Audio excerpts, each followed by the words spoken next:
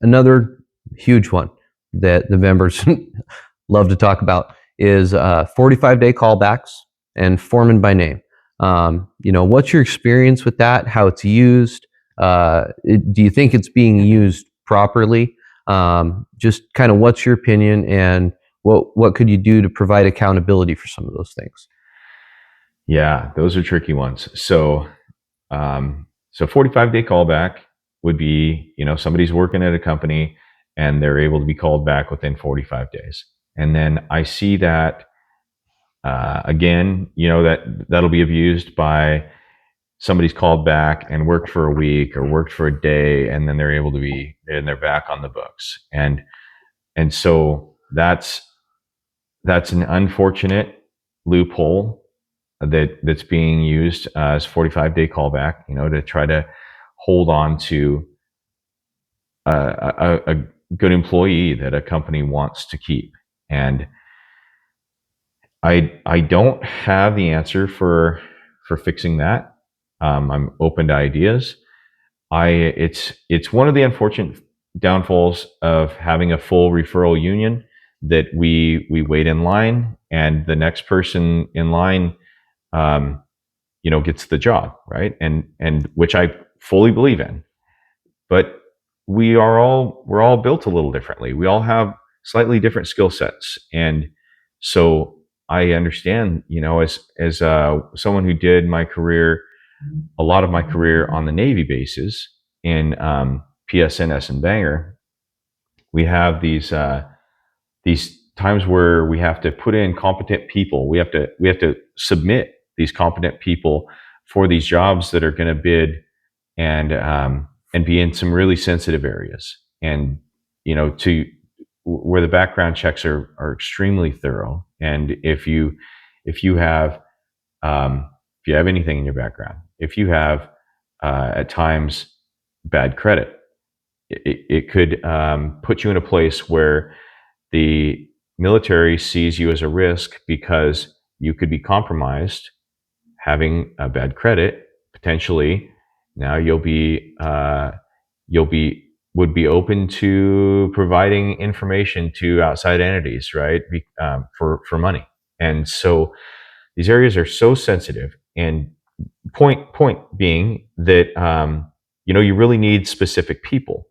And so the contractor needs to put in paperwork that says this person, and then they're not able to call them off our books, right? And so, because of our book structure, and so that's a conflict that we have within our structure, and the contractors are doing their best to work around some of that stuff, some of it legitimately, and some of it less than.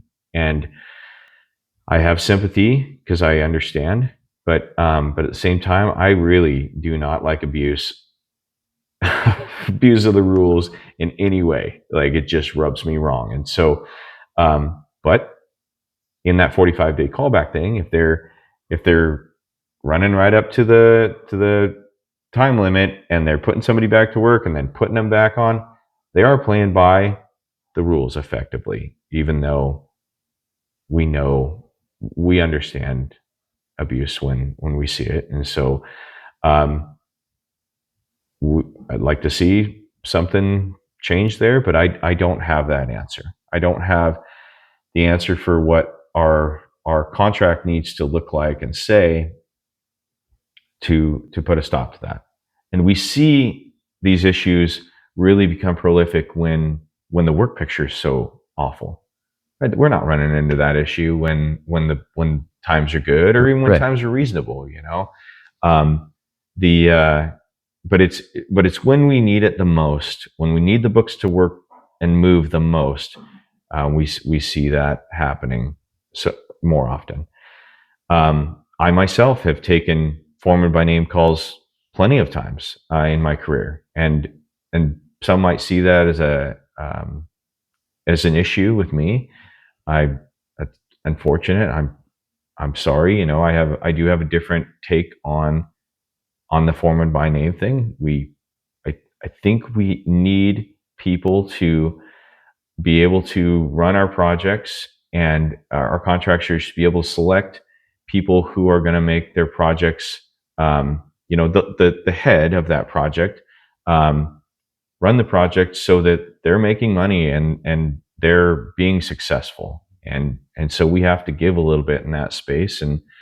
Um, and I have most of my career has been running work, so I've been the beneficiary of that multiple times, and I don't think there's anything to defend there. It's just it's the way we were structured, um, and I see the need for that. I just don't want to see abuse for that. Yeah, absolutely. I think abuse isn't a good thing.